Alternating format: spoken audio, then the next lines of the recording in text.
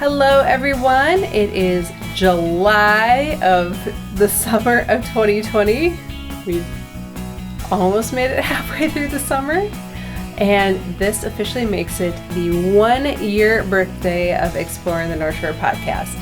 So we launched the very first episode on July 3rd, 2019, which means we are now 1 year old. Well, you're like 6 months of that 1 year. Yeah, right. Not a full year, but I'll take credit for a full year. We'll give you the full credit. So in this episode of Exploring the North Shore, we are going to be highlighting our favorite episodes and our favorite places and things that we've done over the past year. So this is Exploring the North Shore with Martha and Jay.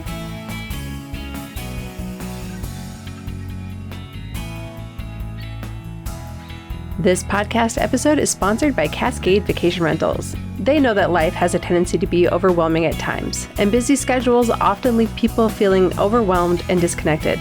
That's why they're here, to offer you the space and opportunity to reconnect to what's important. Cascade Vacation Rentals has one of the largest selections of privately owned vacation rental homes and cabins on Minnesota's North Shore of Lake Superior, from Duluth to the Canadian border. Their team is there to help you and your family or small group enjoy a vacation you'll remember for years to come. Visit them online at www.cascadevacationrentals.com. And don't forget to use promo code PODCAST for the largest % off discount available at any given time. Again, that's www.cascadevacationrentals.com.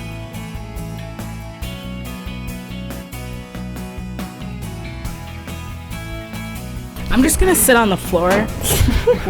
This is happening. Martha's vibing on the floor. Well, sit on the floor over here so I can keep looking at my screen over here. I'll just move my chair. This is the, I'm going to include this in the episode so people understand what happens in the background of our episodes like all the time. I am difficult. This is like the first 15, 20 minutes. Coming down here with me too. You are? Okay, so Martha has moved her noisy chair because it was making a lot of noise. And she is now sitting on the floor with a, looks like a deer, fox, and raccoon blanket, and then wearing a dress, and I don't like to sit proper. Well, so that's usually what happens when we start an episode. We'll start, and then a good 3-4 minutes later, I should, if I have it, insert weird random stuff we do at the start of every episode blooper here. So I reached out to Joe. Of course, if you've been listening to the podcast from the get-go, you will know that for the first few months of the podcast, it was myself, Jay, and then my co-host, Joe. And then Joe actually had a big project he was working on, and he had to depart the podcast. It was actually, I think it was supposed to be temporarily, but then Martha came along, and it turns out you're so amazing that we're just like, you know what? With my bad host voice. We just decided to ditch Joe entirely, and now it is myself and Martha. But I did reach out to Joe because he was such a big part in the beginning to get his top 3 favorite moments of the podcast. So I'll be sharing those with you, as well as Martha's top 3 and my top 3. And when I can, I'm going to insert some audio clips looking back at some past episodes. I will give you the episode name and number, so if you want to go back and listen, if you haven't listened to it in a while, or if you completely skipped over those episodes and just went straight to the Martha episodes, I don't blame you. But it might be fun to go back and listen to what we did before Martha came along. I think the only episode that was before me that I listened to was the haunted one. Oh, yeah. That's the only one I listened to, and it was when you told me about it. I will give a big disclaimer to some of our earlier episodes, particularly the first, definitely all 3 of the North Shore road trip episodes. So part 1, part 2, part 3, and then the North Shore Adventure Park episode. The audio is kind of rough. I was still learning and figuring out how to edit the audio in a way that made sense. Unfortunately, it's kind of horrible. Martha just dropped her phone. Also, we were learning, the first 3, the entire road trip series was recorded without the wind muff on the audio recorder, so a lot of wind noise and background noise and things gets picked up, and there's a loud fan in part of it. So just a warning, if bad audio really bugs you, don't go back and listen to those episodes. In fact, I think at some point in the future, we're going to double back and revisit some of the places we visited in the earlier episodes and then probably archive those earlier episodes. So if you're really, really into the road trip episodes, I would listen to them soon because they will likely be going away once we are able to travel outside of the area and kind of double back on some of those places. But to kick off this episode, I'm going to start with one of Joe's favorite highlights because it does happen in the very, very first episode of the show. And it happens in the beginning of the episode or towards the beginning. And that was when we visited Tom's logging camp. If you haven't listened to it, Tom's logging camp is like a historic recreation of a logging camp that would have existed around the turn of the century, so like 1850s to early 1900s, in the kind of Two Harbors, Duluth area. So right where it's located was built on the logging industry. At least that's when the first white settlers came around. And it's really neat. They did a very, very good job of recreating it and kind of creating a historic reflection of what things were like then, but also making it really fun and family friendly. So, Martha, have you ever been? No, I have not. Now that you say where it is, I know exactly where you're talking about. Anytime I've driven home and back to town, I've seen it. You see the sign for it, yeah. That makes sense. So definitely kind of want to bring you there because I think it's a really fun and interesting place. And it's also one that I don't think as many people know about. So it's kind of a lesser visited place. Kind of would be a good one to go to right now because there's not as many crowds, or at least I'm not. When we went there on a Friday before Memorial Day, and they had just opened for the year, and there were no crowds there. I think there was like another group in the trading post area, and then we encountered like one or two other people walking around the grounds.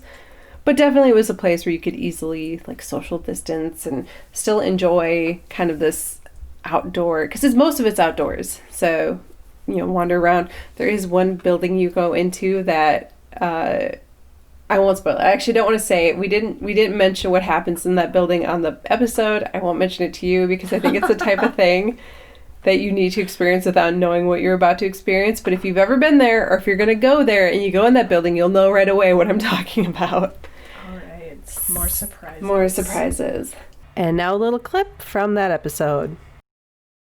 So it's talking about who was actually in these logging camps in Minnesota, and was French Canadians and people from Scotland and Ireland and mixed nationalities. They started in Maine and moved their way west, ended up in Minnesota, and Swedish and Norwegian immigrants were the majority. And this is around 1890, and the Finnish came along after the 1900s and started, from that time, made up the large part of the workforce. And here's what people got paid. From 1910 to 1915, a 4-horse teamster evidently was the hot dog around camp, and they got about $35 per month. And then somebody like the sawyer, $26 a month, swamper, $22. The cook, cook, $60 a month. What's the deal with that? For that, the cooks, and I was puzzled by that too. I thought, boy, that's what you would consider a low load job. I mean, you're not out in it, and, pulling your back.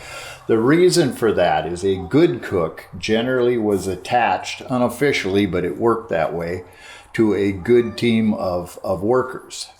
If you had a lousy cook, you had basically lousy workers that were problems, and you were replacing them and firing them and hiring new and firing and hiring new. So these cooks could pretty much call their own tune. So that was Joe's first highlight. He said it stuck out to him because it was just an interesting place that he had no idea even existed. And it was really fun to go to, and just like that first episode, I didn't even tell him what we were doing. I just sort of brought him there. You just went into it blind. And he was like, wow, like I didn't know all these things existed on the Scenic Drive. So if you want to listen to that, it's episode 1 of Exploring the North Shore Road Trip Part 1, The Scenic Drive. And again, if you want to listen to it soon, because probably by year 2, I will have archived those earlier episodes for the sole reason that I cannot stand listening to them because the audio is so bad. Cringeworthy. So cringe. Also, literally, I don't think people realize this necessarily, but when we started recording the podcast, I didn't know Joe. We hadn't spent any amount of time together. That. Yeah. I did not know that. I knew him like by very vague association. Like I'd met him twice before, and then this project came up and it was proposed by somebody else that he co-hosted. So it was, we'd had like maybe 2 conversations, and then all of a sudden we were on a road trip to Duluth. Yeah, worked, and it ended up being really interesting because we both learned a lot on that trip about all the things you can do on the scenic drive. And so now I'm going to send it to you, Martha, to say your first does it have to be highlight. like first in like order of we recorded them, or just like my absolute first favorite? Absolute. Let's do your third favorite, and we'll move up to your absolute favorite. So what sticks out to you as like your number 3 highlight of the year? That would be the sauna episode with Cedar and Stone sauna. Did I get it right this time? You did. Because if any of you listened to one of our other episodes, I totally said it the wrong way. But I am always one who loves a good sauna, and I am dying right now because no saunas are open. I just want a sauna so bad.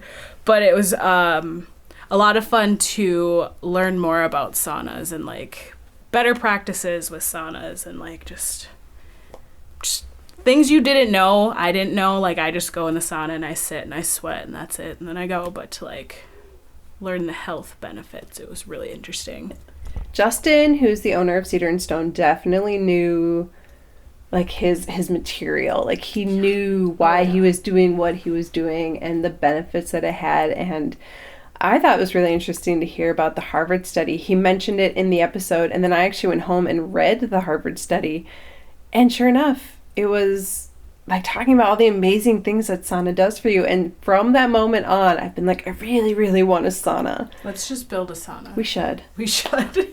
We should build a sauna out at my property, and then we can have just a sauna. Be like, really need to sauna. Let's go take a break. Let's go drive up there and sauna. So a little COVID-19 summer of 2020 update on Justin is he did have to pull his portable sauna away from where it was. It was outside of a hotel like he had hoped. It was outside of the Inn on Lake Superior. Yes, that's where it was. And it was going to be there for an extended period of time, but then everything kind of happened. He pulled it off, and because things are still continuing, I don't think he's been able to reopen, but he has shifted his business to building saunas. He should build us a sauna. I agree. I think you should build us a sauna for free. Just kidding, Justin. You have a business to run. I personally cannot afford one of his saunas. Like, I'm going to start saving up right now. Yeah, his are definitely the high end. Like, if you haven't looked at I think we have pictures, don't we? Mm-hmm. Look at the pictures. These saunas are incredible. And if you honestly if you can afford it, get one. They are the best of the best of the best. Yep. And you won't regret it. He has some testimonials on his website from the first few he built. And I can't imagine if you have a Cedar and Stone sauna at your house that you would ever be happy saunaing anywhere else. Right? Be like, hey, let's go sauna here. And be like, I have one already. I think I'm good. Yeah. I actually, a few months ago, shortly actually before everything kind of happened with coronavirus, I was in Alexandria, Minnesota for the Explore Minnesota Tourism Conference. So this was end of February, and the hotel had a sauna, and it was the first time I'd been able to go into a sauna since that episode. And I remember sitting there like, okay, don't make it too hot to start, kind of ease into it, like breathing the way he taught you how to breathe through your lips. Yep. Anytime I sauna after that, I would do that in the sauna. I'm like, God, it's so crazy how that works. I not know that? Right. It's so simple, but like it really helps. I would say that's probably the episode where I learned the most about a topic that I didn't already know. Yeah, that was looking back at that episode, I was like, how much did we record for that? And it was like I think that's one of our longest episodes. It's over an hour long. Yeah, because and it was never a dull moment. The conversation was always going, whether it was me, whether it was him, whether it was you. It was. Oh, I thought it was one of the best episodes, conversation wise, because we learned so much and just it was a good conversation. And I don't really like to talk to people. You're in an odd. And that was one of my first episodes too. So I think that was your first episode. No. The pies episode was my first one. That's right. So, I was still getting used to it and just, feeling things out. Putting out the feelers. And I should note, we are talking about that being, the first episode, but if you look at the episode list, episode 16 is the Bentleyville Tour of Lights, and episode 17 is Cedar and Stone Sauna. But because of the magic of post-production, they aired in the opposite order that we actually recorded them, but we recorded them on the same day. Yeah. We did the sauna in the morning, and then we went to Bentleyville in the afternoon, or in the, early evening. Yeah. I think we went there right after they opened. So if you want to listen to our Cedar and Stone sauna episode and learn more about the benefits of sauna and how to properly sauna, which there is a legitimately real way to get the most out of sauna. Yeah, not just like me sitting in the sauna, but to get all the benefits you can get from being in a sauna. Check out episode 17, Cedar and Stone Sauna. And now I'm going to go on to I'm trying to figure out the order that I really want to do this in, because there was, for me, the highlight, when I asked you for your highlights and when I asked Joe for his highlights, we kind of got the same highlights. And I'm like, okay, well, I don't want to double down. So I'm going to focus more on the ones that I enjoyed researching the most, because for the most part, I did most of the research for the episodes and you guys are just along for the ride. Probably as a listener, you can pick up on that because I do a lot of the narrative. But one of my favorite ones to research was the North Shore Ghost Towns episode, partly because it was a topic I knew a little bit about because I knew enough about Taconite Harbor. But then learning about the other ones was really, really interesting for me. So we covered Mineral Center and Forest Center, as well as Chippewa City. Really, we didn't touch on Taconite Harbor a lot because we touched on Taconite Harbor during the North Shore Road Trip episode, which I believe was episode 3 of the podcast. But what I'm referring to is episode number 12, which is North Shore Ghost Towns, which kind of kicked off our October series of having kind of different written and researched episodes about the history of the area. So that whole series kind of is a highlight to me. It included the North Shore Ghost Towns. It included the organized crime on the North Shore episode, which was episode 13. Episode 14, which was Haunted North Shore. And then, of course, our very first mini episode where I met with the Erickson family and I learned about the buried treasure in the Poplar Grove Cemetery. Oh, yeah. I remember you telling me about that. Yes. So definitely, I would say if you are a history buff, we're an adventure podcast, but we're also a history podcast. And double back to those October 2019 ones. In fact, I think we're going to kind of recreate, not on the same topics, but the same idea for this October and focus on more of the spookier aspects of the North Shore. Got some ideas. Yeah. And what's really nice about that is you know all the Duluth stuff that I don't know. I mean, not really, but I know enough. Yeah. I have friends who know enough. Yeah. You can make a really interesting... So yeah, I loved the North Shore Ghost Towns, just learning about these communities and how they were like. And now a little clip from that episode. You talk about these towns and people always reference that rec center, where you have the dances and you can kind of picture the 1950s sock hop type dances. I would totally be there. Oh, yeah. Yeah. Actually, I feel like you wouldn't. I feel like you're so antisocial. You mean I'd be out alone fishing in a canoe? I was going to say, there'd be a river nearby that you would be in talking fishing. about how society has shortchanged me yet again. You'd be like, I can hear that music, but I'm not interested in it. I'm completely on board with that. You're right. I like 1950s Joe. The whole town comes together for a square dance or something. Let's do that. Oh, we're too big. We can't. Let's just get like a really, really, really big field where everybody can 6 feet away from each other square dance. It involves a lot of touching. Well, just don't touch people. Do it without touching people. Everybody should bring like a stuffed animal or something, and they can do-si-do with their Eeyore pillow pet. Yes. Me and Eeyore all the way. He is my life dance partner. So my highlight, again, those October history episodes. Also on our website, exploringthenorthshore.com, I have the article for the North Shore ghost towns and also the organized crime one. So you can check out some, if you go to the Exploring the North Shore and then the history category, there's a lot of the stuff in that category. And check it out. It's very cool. The North Shore has an amazing, like, roller coaster of a history. There's a lot of ups and downs that built the North Shore, and we've only touched on it. So stay tuned, because history is one of my favorite topics, and we will cover more. And now jumping back even further in time, back actually to episode 1, because it turns out when I asked Joe for his highlights, 2 of his highlights were from the same episode. And for anybody who listened to that episode, if you cannot already in your head assume you know what I'm talking about, you definitely don't know Joe very well, and you definitely didn't hear that episode, because Joe was like blown away by this candy store we went to. So the Great Lakes Candy Kitchen. I remember you telling me all about this. Yes, and we didn't even know. I kind of told them before we came, like, hey, we're recording this podcast. It's the first episode. You've never heard of it, but we're going to show up on this time at this day. And we just want to talk to somebody. And we didn't know what we were walking into and what they actually, and I don't even think they had this planned necessarily, but it was just a really cool thing that happened to be happening at the same time that we showed up. And that was they were making hot air, which is it's like my reaction exactly. Hot air? Like hot you air. Said hot air, I just right? said hot air. Okay, just making sure I'm hearing this right.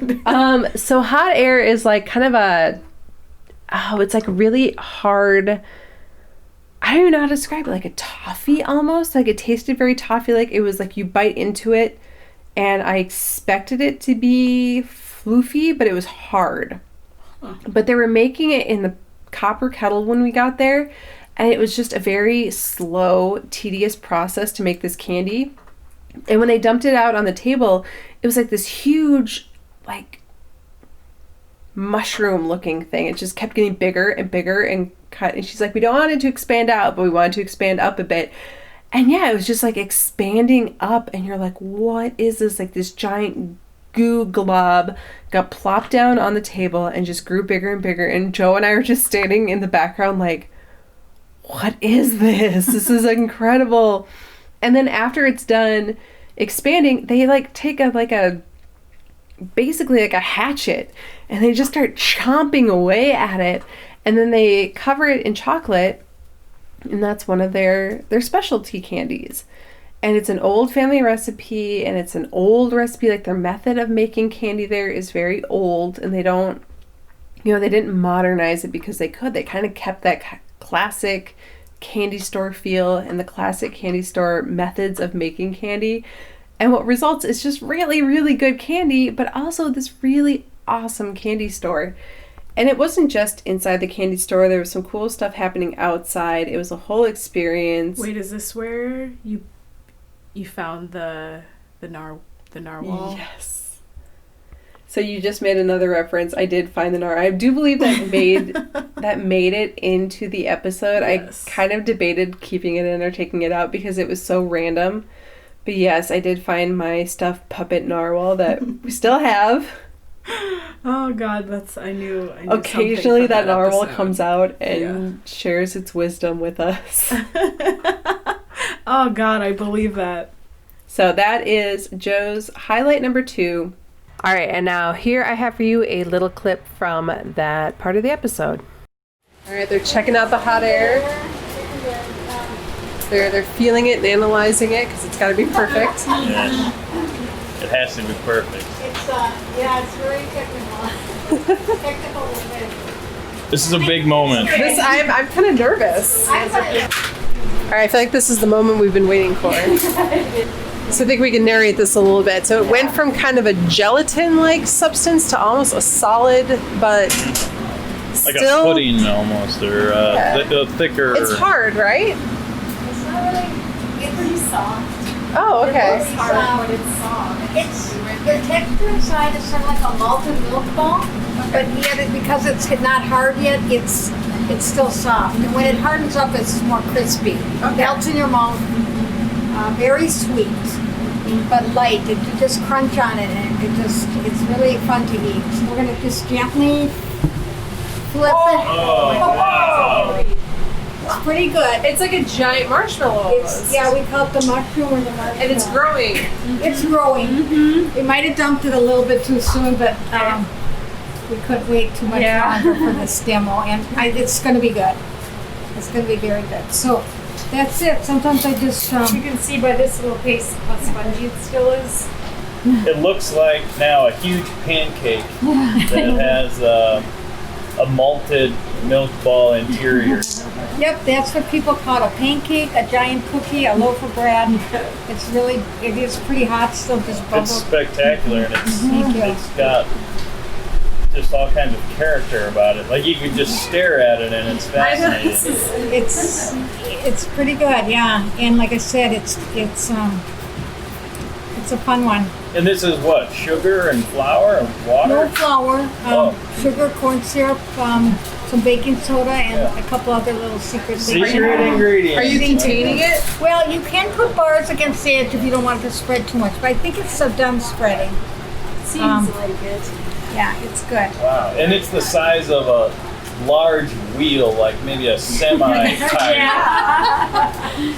Yeah, but It doesn't weigh that much. we like to when it's cool, we take like we've got different choppers and we just chop it apart and do little pieces of it. Crunch. You just Wow. tip Now it you have on a your big foot. sword that's going to chop this thing up. Is this also very therapeutic? Yeah, it is. Yeah, that chopping action. Yeah. Is that what you say? Yeah. And it smells like maybe making roasting marshmallows around the campfire. Yeah. There's a little bit of... Comparison. Which was again in episode 1, North Shore Road Trip Part 1, the Scenic Drive episode. And I think it was his highlight because they gave us a bunch of free candy to take home. And literally the entire drive up the rest of the shore, Joe was just sugar high and like, he's like, let's do this Hopped up on podcast sugar. stuff. And I'm like, wow, That's Joe, really funny. okay. So yeah, if you listen to episodes 2 and 3 of the North Shore Road Trip, it's just Joe being hopped up on candy the whole time. So now, of course, that brings us to Martha's My highlight, second, number my 2. middle, since I'm doing them in reverse. Which one's your middle child? My middle child. Dog sledding for sure. That was something had always wanted to do since I was a kid, and that was with Jasmine. Yes. I don't remember her last name. but it was Popovich. with Jasmine. That all around was one of the like coolest, best experiences of my life. Like, who can say like, yeah, I've been dog sledding? Mm-hmm. Not most people. So like that was such a fun day. And then I just ripped my blanket. Martha's so excited about dog sledding, she ripped her blanket. And then we did the toboggan afterwards too, and that was hilarious if you guys haven't seen that video. But I mean, how can you be mad dog sledding? Like, that was just smile on my face, laughing the entire time. Like, it was like a roller coaster, and I laugh uncontrollably on roller coasters because I'm just so happy to be on a roller coaster. If you go to, again, the Exploring the North Shore website, check out the dog sledding one, because the video I took, It's hilarious. it's amazing because I'm It's holding so the good. camera and I'm in the front, and I couldn't see what you were doing behind me, but the whole time there's just this huge grin on Martha's face. I'm like a child on Christmas, like, oh my God, like, nothing could go wrong with life right now. I'm just so happy, like, grin ear to ear. But like I said, how can you not be extremely happy dog sledding? Yeah, for sure. And just like hanging out with the dogs and getting to see like the behind the scenes, like them feeding them, and you just learn things. So speaking of feeding them, I'm trying to remember if this made it into the episode or not, but if not, I'm going to insert it here because I do happen to know that this audio is on my computer right now, so I can insert this audio. But it was our interview with Jasmine Popovich, and in part of it, you're chasing after the dog bulls. Oh, yeah, because they would, like, eat and they would, like, start to slide, because they were kind of on a little bit of a slope, but not really, but enough that it was so frozen that these metal bowls just put them at an angle and they just go sliding. So it's just like, oh, no, your food. And then, like, another one down the line would do it. I'm like, oh, my God, your food. So I'm interviewing Jasmine, and in the background you hear these metal bulls start going down this icy hill, and, like, Martha running after it. So this is the audio from the dog sledding episode.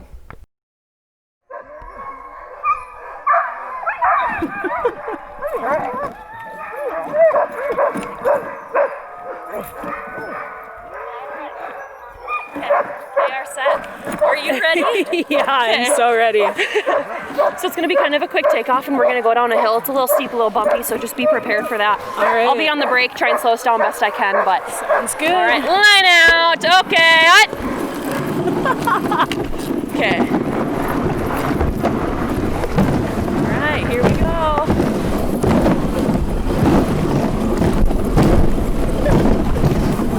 Come on, Mako, jump that line, buddy. Mako. Good boy. Come on, buddy.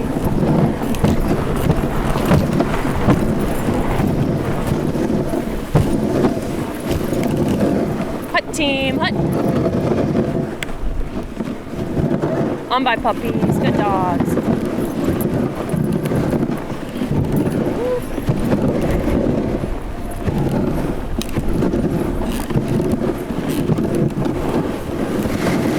Oh, I see already.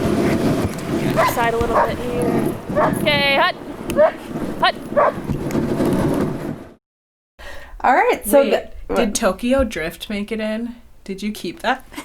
When we were coming off the lake, we went around that big loop, and she's like, okay, we're going to hit this turn really hard, and I was ready.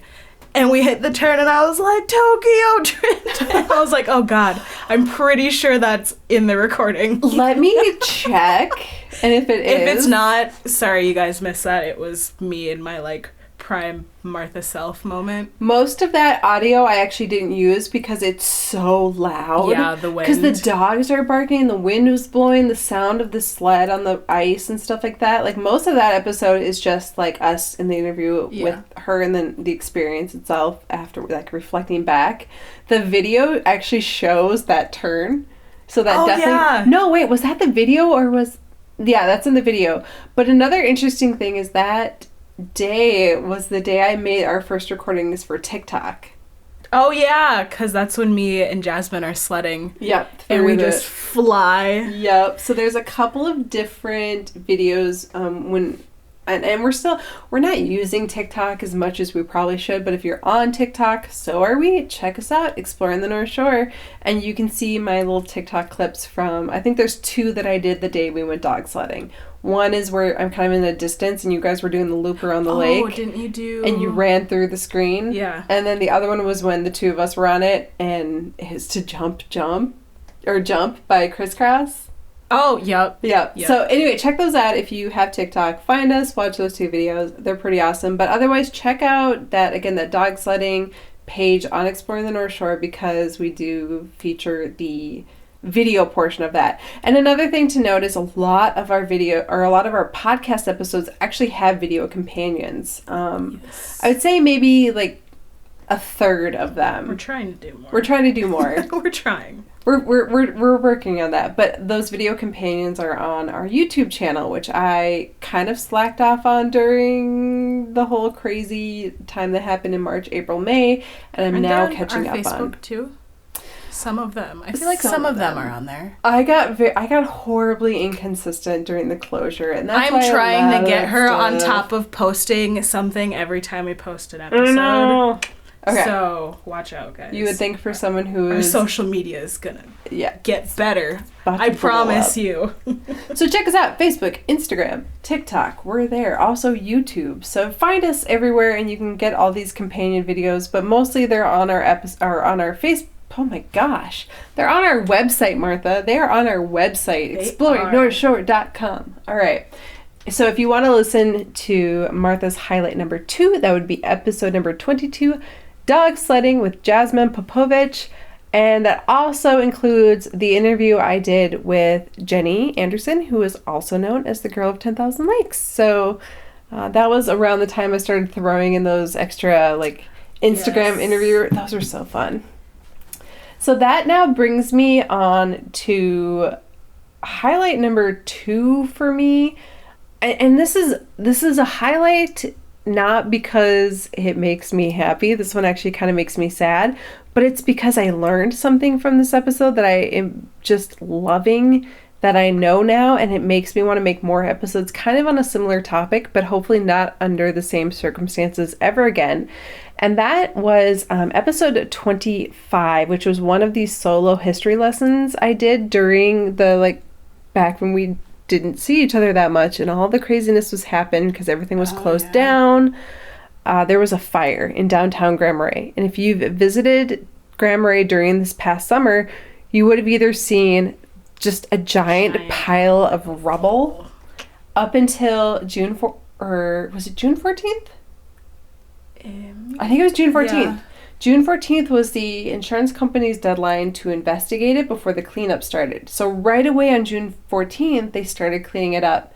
And within a week, it was clear. And now that space where those businesses were, where the fire happened, is just this empty dirt lot. But doubling back, because I kind of skipped over what actually happened, was on April 14th, so during the middle of the COVID-19 closure, when everybody had just been kind of sitting at home, there was a fire and it destroyed 3 buildings. It destroyed the Crooked Spoon Cafe, which, I'll get to what it used to be in a minute, and then also destroyed Picnic and Pine and White Pine North. So 2 gift shops, and then in the middle of them was the restaurant. And it was just it was a really windy day. And I remember going outside in my front yard and kind of smelling smoke. And I could tell it was the kind of smoke that wasn't it wasn't just somebody having a campfire. It was also a weird day to do it because it was really, really windy outside. I'm like, nobody's going to build a controlled fire in the middle of wind like this. And we drove downtown, and as you're driving on Highway 61 through town, you could peek through the buildings and just see flames and just black smoke. It was insane. And we parked over by Java Moose, and I hopped out, and I just remember standing there, and then everybody else was just kind of in awe, standing on the sidewalk, not believing what they were seeing, and just staring at these buildings, and they were just engulfed. And you could tell right away that there was just no saving them. And I think the fire department, what they were trying to do at that time, and there was 3 fire departments that responded to this, was they were trying to put the fire out, and they were trying to keep other buildings nearby from burning down. And next door to that is Fenenolo's Pizza, which is probably the most famous restaurant in Grand Marais. I feel like most people, if you say Fenenolo's Pizza and they've been in the area, they're like, oh yeah, I've been to that place.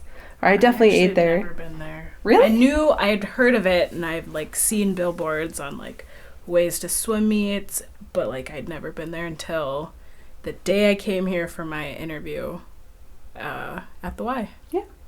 So it's pretty famous. It's a pretty well-known restaurant. And I think they were just trying to save that because they knew the other 3 buildings were kind of a loss. So they're like, let's try to save what we can save. And they did. Fenenolo's is still standing. It is open for business. Long lines outside because you do ordering and picking up outside now. So, that's still there. But now it's located next to an empty lot. Mm-hmm. 3 empty lots, actually. Mm-hmm. And so my highlight episode was the 3rd solo history lesson, so episode 25, which I titled Things We Lost in the Fire, where I covered the history of those 3 buildings. And the reason to me this sticks out as a highlight is because I didn't realize, I knew, the town dates back to about 1900 to 1930 was when most stuff kind of in the downtown area was built, as was most of the stuff kind of up on the hill, in the town part. And so all these buildings have 100-year-old history at this point, and I just hadn't thought about them. I think about what they are now, and I think about what they were when I was a kid, because I'll look at something and be like, oh, that used to be this. I remember when Lang's Fountain was Lang's Soda Fountain. I remember going in there and getting like an Italian soda and seeing the comic books. And I have that memory because it was there when I was a kid. And I also remember coming up, there was a gap where I hadn't been to Grand Marais for several years, and coming back up and being like, okay, the trading post is where I know the trading post was, but it looks different from the trading post I remember. And then come to find out that also had burned down and been rebuilt. This town has some history with fires. It's this county, because what was it that we were The Gala. The Gala. It was like, here's this old building. That burned down. Here's this so-and-so. That also burned down. Like, this was the first time I had heard anything about Cook County, Lake County history, and I was just like, there's a lot of fires. You guys have got some bad luck with fires. But the history of that, so Crooked Spoon used to be Jackson's Cafe. Jackson's Cafe also used to be the Greyhound bus station, and a lot of people have memories about Jackson's Cafe and that surrounding stuff. The other restaurants, or the other gift shops, so Picnic and Pine used to be a bar, like a pool hall, and a few other things before it became a gift shop, which was known as the Attic for many years, and then it became Picnic and Pine when Kelsey Kennedy purchased it. I think it was I want to say she only had a year. She had maybe 1 or 2 of it being Picnic and Pine before it burned down. So that was hard too, because Kelsey's a friend, and I know, she put a lot of energy and a lot of effort into like kind of creating this gift shop, and all that effort is unfortunately gone now. But the history of the building is still very cool, and it's very cool that it's been well documented enough that I was able to go back and find that history and to kind of pull it out from when it started as like, I think it was Andy's Pool Hall first, all the way through being Picnic and Pine. Yeah, it was a pool hall. How do we go from having a pool hall to not having one pool table? That is so true. Wait a second. There's no pool tables in town? Sad day. Grand Marais, they had a pool table. Closed. Wonder Bar, they had 2. Closed. Wow. Not only can I sauna, I can't even play pool. You can't even play a pool. I'm not complaining that much, but I do miss playing pool. So, local update for anybody not up here. Wonder Bar, the restaurant on the top of the hill that used to be the Northern Lights Supper Club, closed, as well as Grand Marais, which an interesting tie back to this episode. The American Legion used to be located in the building that was Picnic and Pine that burnt down until they moved to their new building, renamed themselves Grand Marais, and they are now also closed. So, there you go. Everything's kind of tied into each other. And we don't have trivia. That used to happen at Fenenolo's, and then it moved to Grand Marais, and now Grand Marais is closed. Really? I did not know that. Maybe we'll see the return of it to Fenenolo's. So, again, check out that episode. Humphreys used to be where White Pine North is, and they kind of had like men's clothing, and then that's where you used to go to get your photos developed. And that's what most people who think back to like old Grand Marais remember, is like Humphreys' photo. Lots of history, lots of cool stuff. And that led me down another rabbit hole that we will go down again soon. Maybe if, closures happen in the winter, we're going to go back to talking a lot about history. And I almost want to dig into the history of like, just pick one building and be like, this is the really cool history about this one building, because they all have that super cool history, like Blue Water, cool history. Like, if you get to do Grand Marais, I get to do Duluth then. Okay. Duluth has a ton. Yeah. Okay, so that's kind of the plan right now, lingering. You took the really cool one. Which one? The lift bridge. Oh yeah, I did take that. But there's another cool one that we've talked about. Okay, so save it, because I won't even say it. I'll keep it up here. That's your teaser. So check out, again, episode 25, history lesson number 3, Things We Lost in the Fire. Which now brings us to the third act of this episode, which is the third thing that Joe listed as his favorite episode, and his like highlight. And he's like, this is definitely, for me, was the highlight of my time on the show. And that was, hold on, I'm finding it because it was kind of hilarious. Okay, episode number 5, On the Gunflint Trail Part 2. It's blueberry picking and fishing. And he actually listed both blueberry picking and fishing as his favorite. I'm like, blueberry picking was like one of mine too. So I'm kind of combining this as a favorite. But more so it's because that episode was the episode we went fishing, which is Joe's like life basically. But what was funny is we had to record that episode twice because the first time we went out, we didn't catch any fish. So I was literally like, I can fake that we caught a fish. She's like, you can't do that. We have to go. We have to re-record it. We have to record me like taking you to my favorite spots where I know we're going to catch fish. Man, we spent a couple of hours the first go round. I'm like, Joe, where are the fish? Like, you promised me fish. And he made up all these excuses for why we didn't catch fish that day. Didn't you go up on Poplar? Yeah. Okay. So we did fishing on Poplar Lake with the guys at Rockwood. And again, doubling back, we recently visited Rockwood again and spoke with the owner, Carl Madsen. So this was kind of the precursor to that when we went and rented a boat from Rockwood, went fishing, and caught nothing. Then we re-recorded it, but I was like, Joe, I'm like, I can't let this go because you literally got skunked on the podcast. There's so many, in fact, I don't have the audio for that episode, but I wish I could insert it because it's just so hilarious. Like, I'm like, what's going on here? Being like, I swear there's gonna be a fish over here. And like a few minutes later, he's like, there's definitely a fish in this little cove over here. We would go over there and I'm like, come on, Joe, what's going on here? We did end up getting a fish on the line, but we didn't reel it in. And kind of an interesting, again, everything kind of ties into each other up here after a while. The fish, I actually had the fish on my line and I lost it. And we do have that audio in there. The place where I caught that fish was up against a dock that 6 months later I would own. I was gonna say, this sounds like you're leading up to the dock was yours. So I didn't know it at the time. It was not my dock at the time. So it you were was just there, chilling we were just on someone there. else's dock. We weren't on the dock. We were in a canoe by it. Oh, and okay. I'm like, I'm going to cast into these reeds over here. And he's like, you're never going to catch anything over there. And sure enough, I got a fish on.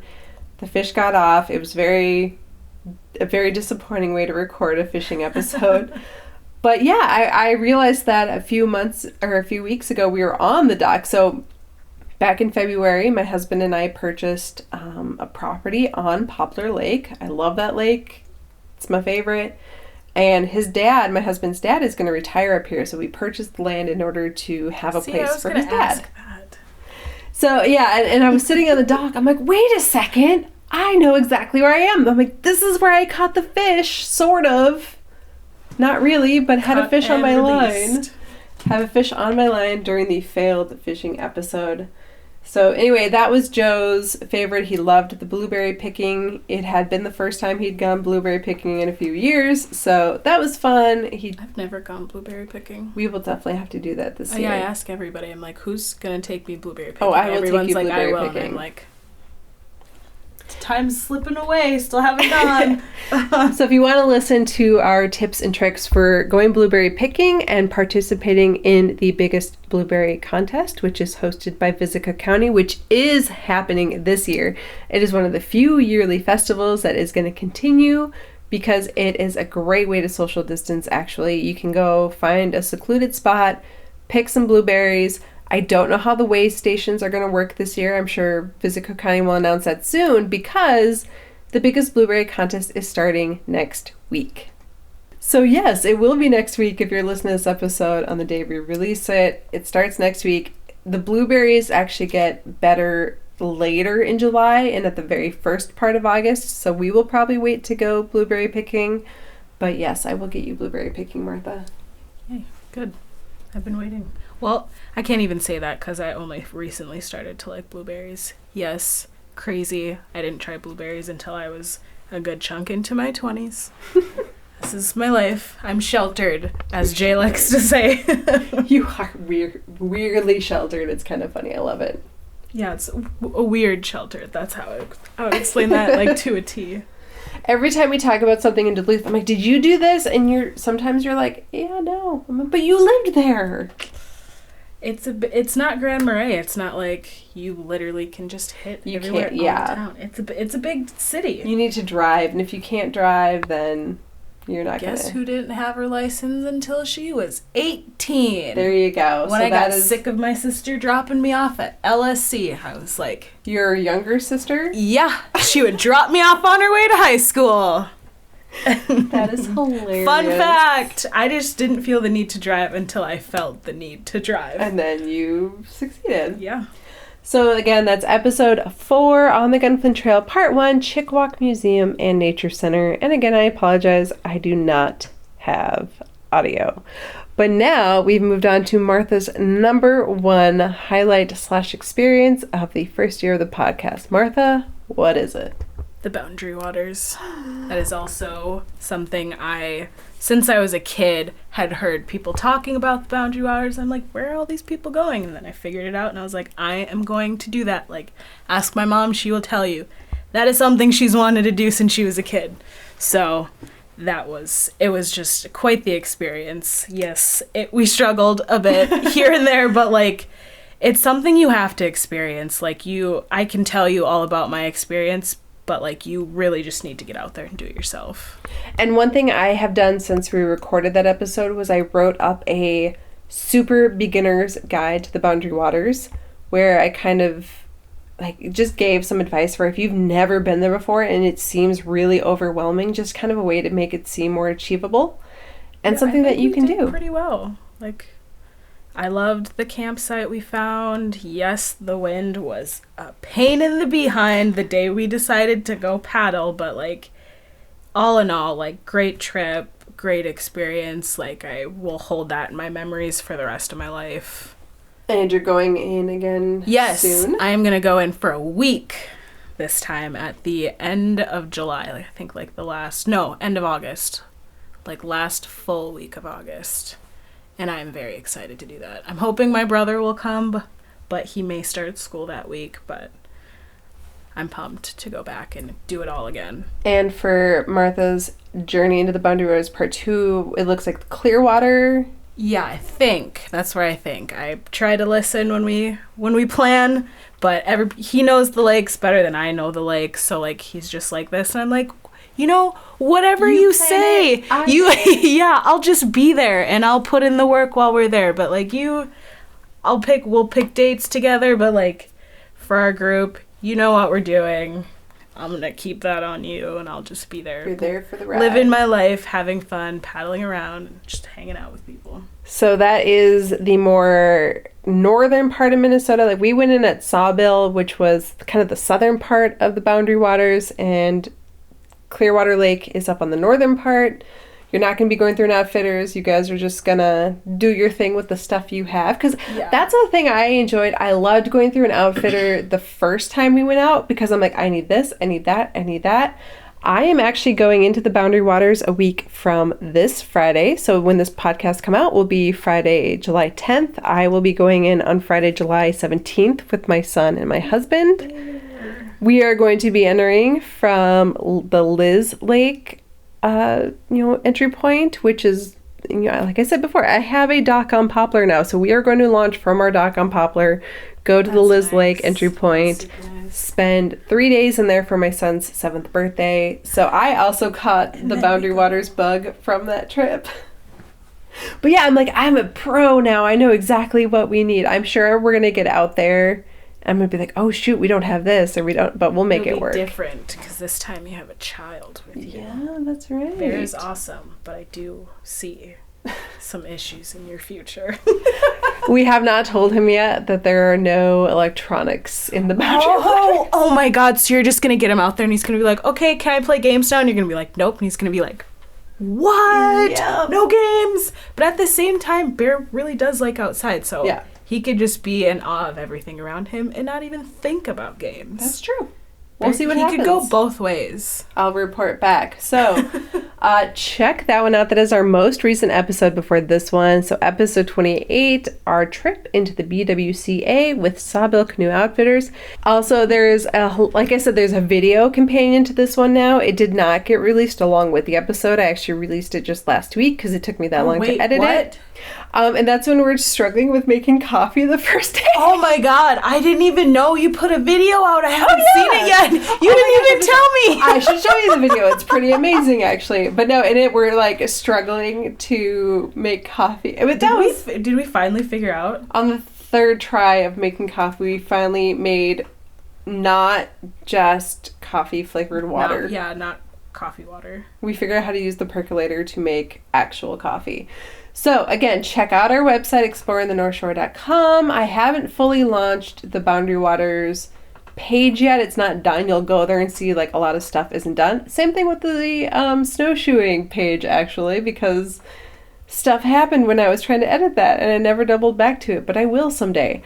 But this one has some very simple, very easy routes you can take and just some advice for the first time you go in to not make it overwhelming, to make it really easy and accessible. Yes. Yeah, we had big plans. It didn't happen. We never left Sawbill Lake. But that's okay because we still got to work out. I was in pain for like a week after that. It was, oh my god, my shoulders were...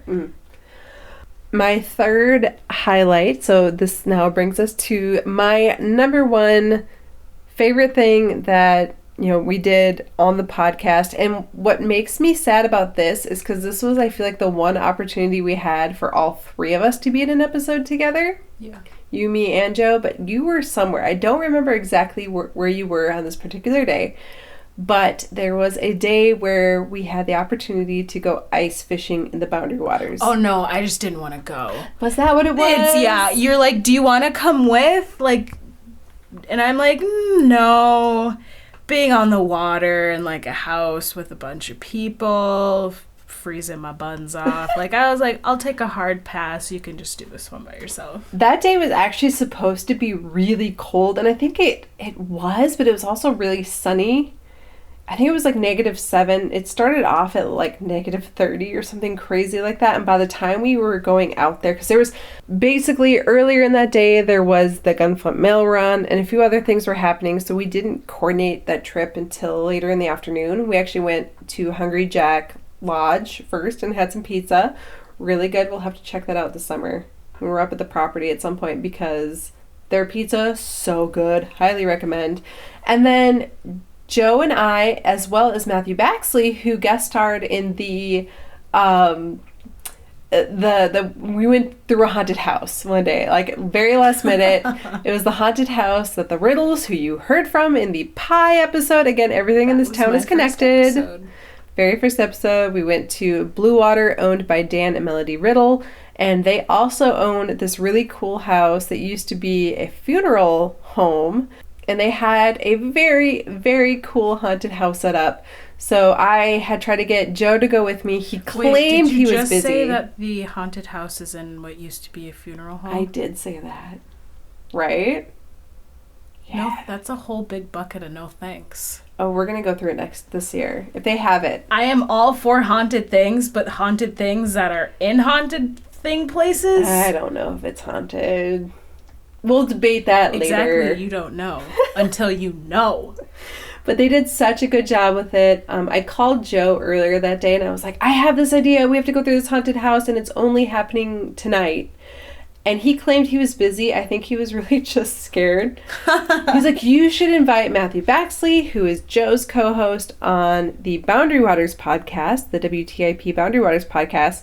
So I called Matthew up. He's like, yeah, I can do it. So we got together at right outside. We just met outside. We walked through, and the entire episode of us walking through the haunted house is me laughing at the fact that Matthew is walking through holding his own fist. Because he was like, I feel like I'm just going to take a swing at something. And Dan Riddle was actually in the haunted house that day, and he was... I couldn't even tell it was him. I know Dan quite well. I couldn't tell it was him. He was in costume. He followed only like a couple feet behind Matthew the whole way through. I'm like, Matthew, turn around. He's like, I'm not going to turn around because I know what I'm going to see if I turn around. And he's like, I'm holding my fist so I don't punch anybody.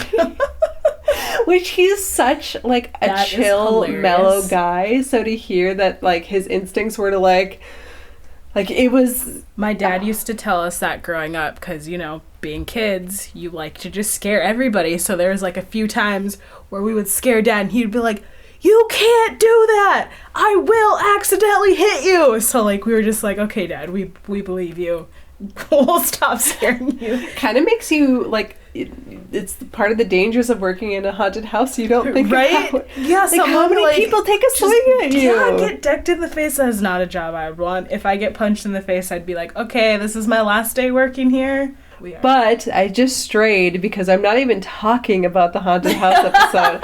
Although now that we're talking about it, I'm realizing what a highlight that was. Like, in all of October of 2019 was just amazing to me. Those are my favorite episodes. Again, go back, listen to them. But what I was actually talking about was episode 19, which is ice fishing in the BWCA. And the reason I had so much fun that day is because I got to meet the entire, like, all three hosts of WTIP's Boundary Waters podcast were on our podcast. And that was really exciting. I got to meet Chelsea Lloyd. I'd never met her before. She was there with her sister and her sister's friend.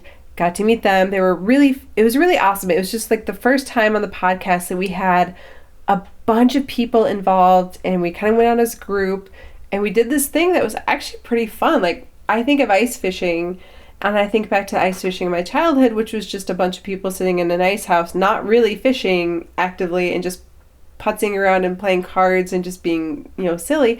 But we actually went fishing, and Joe had all of his gear and all of his tech and all of his fun stuff, and we went to a secret spot and we actually caught some fish, and it was just a lot of fun. And it was fun because I got to hang out with a group of people. I do wish you had been there, Martha. I think you would have had a lot more fun, even though it was freezing why cold. I didn't want to go, because you're like, it's gonna be a lot of people, and I was like, I think I'm good. Well, next time we have a crossover episode, I will insist you be there because I will do it. it is a fun group of people. I'm too invested now to be like, I don't want to go. That was in the beginning. I think we had the 2 episodes. I had done 2 episodes before then. And then 3, because the ice skating one. Oh, that's right. Yeah. I always forget about the ice So you did 3 in a row, and then you were gone for like 2, and then you were back. So, anyway. Accidental hiatus.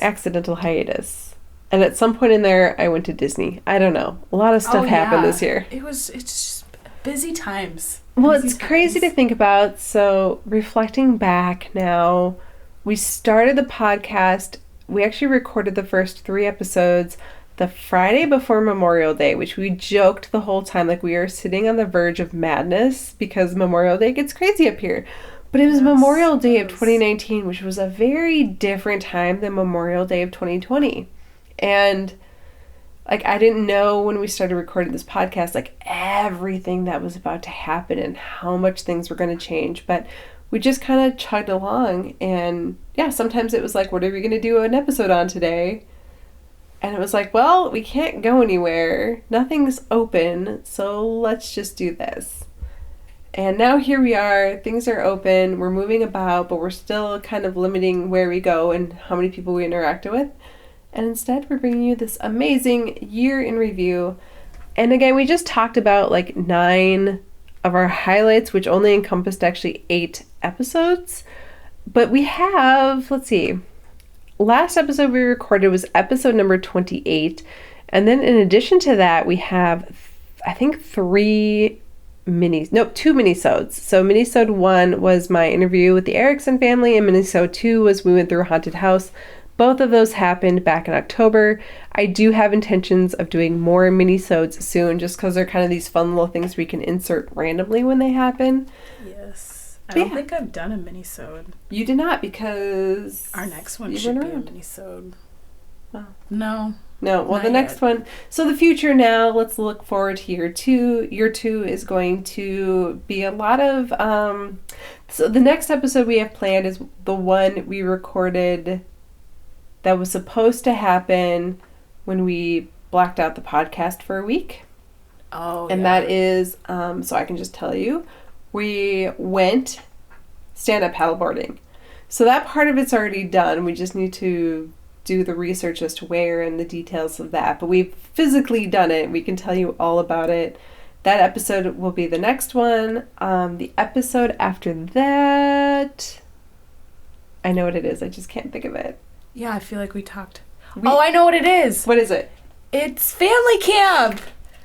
That's right. I'm going back to Camp Miller for the first time since I was like 14, 15. I just want to know how the heck I forgot about that. Yeah, how could you forget about family camp? So we had planned for the summer of 2020 a summer camp episode. Like, send your kids to summer camp here, and then you and your spouse or, whatever, you and friends can enjoy the North Shore kid-free while your kids have just a blast at summer camp. We were going to go to Birchwood Camp for Boys, which is what Ashley Bredemus, who was also on the podcast a few months back, she runs that camp. But as with most things this summer, things are not normal this summer. We're adapting and we're changing and we're adjusting to what's happening. So the summer camp that both Martha and I separately went to at different times where we never ever met, but we both went there. We both have a strong connection to it. They have shifted to like a family camp where your family can rent out the whole camp, basically. So we did that. We rented out the 22nd through the 26th of July. Wait, so it's just us and my friend Justin. For like the whole thing. Wait, what? I didn't tell you this? No, I didn't know that. No. Oh my god, it's just us. Holy moly. That is so cool! So we are going to take over our childhood summer camp as adults. Oh my god. This camp is not ready for me to be back. I don't think this camp is ready for us to be back together. Oh god. We do remember there will be children around mine, but they're used to our shenanigans, so they're adaptable. But yeah, so that's what's coming up for the rest of July / early August for the podcast. And then we're not planning too far ahead because we don't know what the future holds right now. Yeah, so things change. We have the next episode just because it was already pretty much done. We have the episode after that because unless something crazy happens before the 22nd, there is no way you cannot keep us away from Camp Miller. Oh my god. There's archery, there's the climbing tower, there's the waterfront, there's the initiatives course. I don't know how much of, if any of the high ropes course we can do. I've probably not set up. Just because everything's different. They're not having campers there. The normal stuff isn't happening. Instead, we are taking it over, and it is going to be Exploring the North Shore takes over the YMCA Camp Miller. Yes. So that is what we are bringing to you so far with year 2. I plan to do another series of history episodes in October. Who knows what's going to happen after that? Because we don't know, you don't know, the world doesn't know, but we will find out, and we will bring you more North Shore amazingness in future episodes of Exploring the North Shore. So again, check us out, Facebook, Instagram, TikTok, our website, exploringnorthshore.com, YouTube, where I'm starting to get this stuff loaded up so you can just watch the videos that we talk about on here. But most importantly, I'm Jay. And I'm Martha. And this has been the 1-year birthday of Exploring the North Shore. Thank you for tuning in, and we will see you again in a couple of weeks. Exploring the North Shore is sponsored by The Big Lake. The Big Lake is an approachable art gallery and gift shop located in the beautiful harbor town of Grand Marais, Minnesota, as well as online at thebigLakeLife.com. The Big Lake provides a beautifully curated and fun shopping experience to complement your North Shore adventures with artists and products that reflect the culture, values, allure, and lifestyle of the North Shore. Shop online at www.thebigLakeLife.com and use promo code EXPLORE for 15% off your first online order.